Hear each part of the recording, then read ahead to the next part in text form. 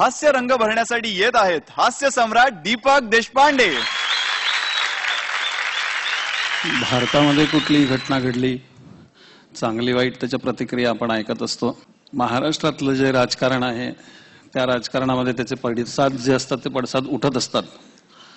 माझ्या डोक्यामध्ये असा विचार आला की सचिन तेंडुलकरने शतकाचं महाशतक केलं आणि त्याची प्रतिक्रिया जी आहे ती राजकीय नेत्यांना विचारली तर त्याचा साधारण अंदाज कसा असेल।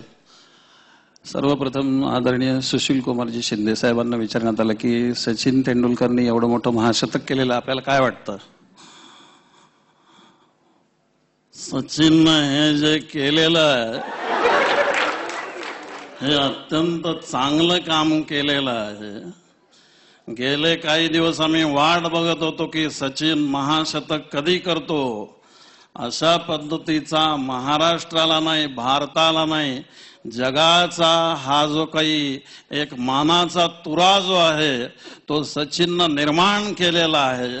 आणि या महाशतकातून आम्हाला एक वेगळी ऊर्जा मिळालेली आहे आणि ही ऊर्जा पुढे घेऊन आम्ही हा प्रवास करणार आहोत।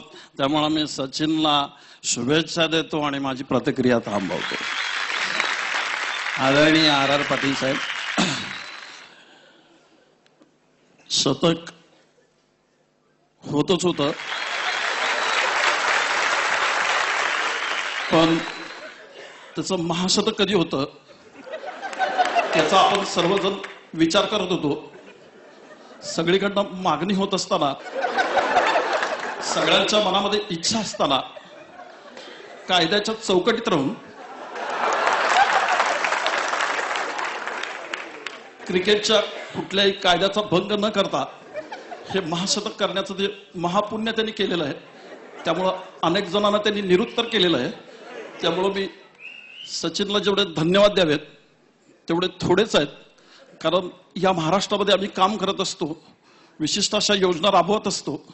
तंटामुक्त गाव असेल किंवा ग्राम स्वच्छता अभियान असेल, अशा चांगल्या योजनांमधून हा महाराष्ट्र प्रगती करत असतो आणि त्या प्रगतीला शक्ती देण्याचं काम हे सचिनने केलेलं आहे। मी खरोखरच त्याला धन्यवाद देतो। आदरणीय विलासरावजी देशमुख साहेब, हा आपला महाराष्ट्र आहे आणि सचिन महाराष्ट्राचा आहे आणि सचिन त्यांनी मिळवलेलं आहे शतक आणि त्या शतकाचं एक महाशतक या ठिकाणी पूर्ण करण्यात आलं। मी जेव्हा जेव्हा त्याचा खेळ बघत होतो, वेगवेगळ्या पद्धतीचे सिक्सर, वेगवेगळ्या पद्धतीचे फोर तो मारत होता। जशा महाराष्ट्रामध्ये काही समस्या असतात तशाच पद्धतीच्या समस्या या क्रिकेटमध्ये पण असतात।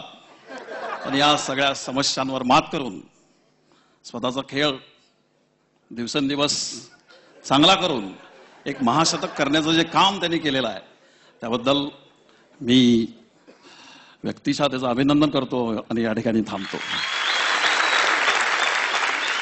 हा जसा आवाज आहे तसा आदरणीय नारायणराव राणे साहेबांचा पण आवाज आहे, पण त्याला एक विशिष्ट पट्टी आहे त्यांची।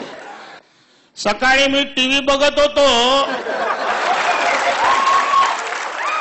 टीव्हीच्या बातम्यामध्ये कोकणाच्या विकासाची बातमी दाखवता सचिन तेंडुलकरने जे महाशतक केलेलं आहे हे सगळ्याचा विरोध न जुमानता केलेला आहे। विरोध हा प्रत्येक ठिकाणी होत असतो, पण त्याची एक तयारी करायची असते की मी जशी निवडणुकीत करतो तसं सचिननं केलेलं आहे, त्यामुळे मी त्याचं अभिनंदन करतो।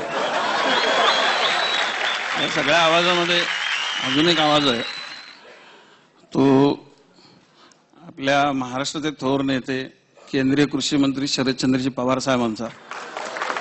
आदरणीय शरदचंद्रजी पवार साहेब,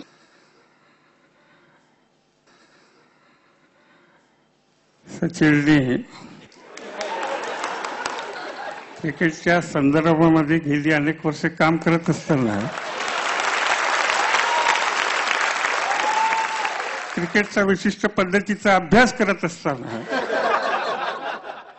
एका वेगळ्या अभ्यासातून गेल्या अनेक वर्षाच्या तपश्चर्याच्या माध्यमातून जे घवघवीत अशा पद्धतीचं यश जे निर्माण केलं, महाराष्ट्राच्या एकूण प्रगतीच्या दृष्टिकोनातून आम्ही जेव्हा बघतो, महाराष्ट्र सुवर्ण महोत्सवाच्या बाबतीमध्ये काही काम करत असताना अशा पद्धतीची जी बातमी आलेली आहे, त्या बातमीमुळं महाराष्ट्राचं मास मूठभर वाढलेलं आहे.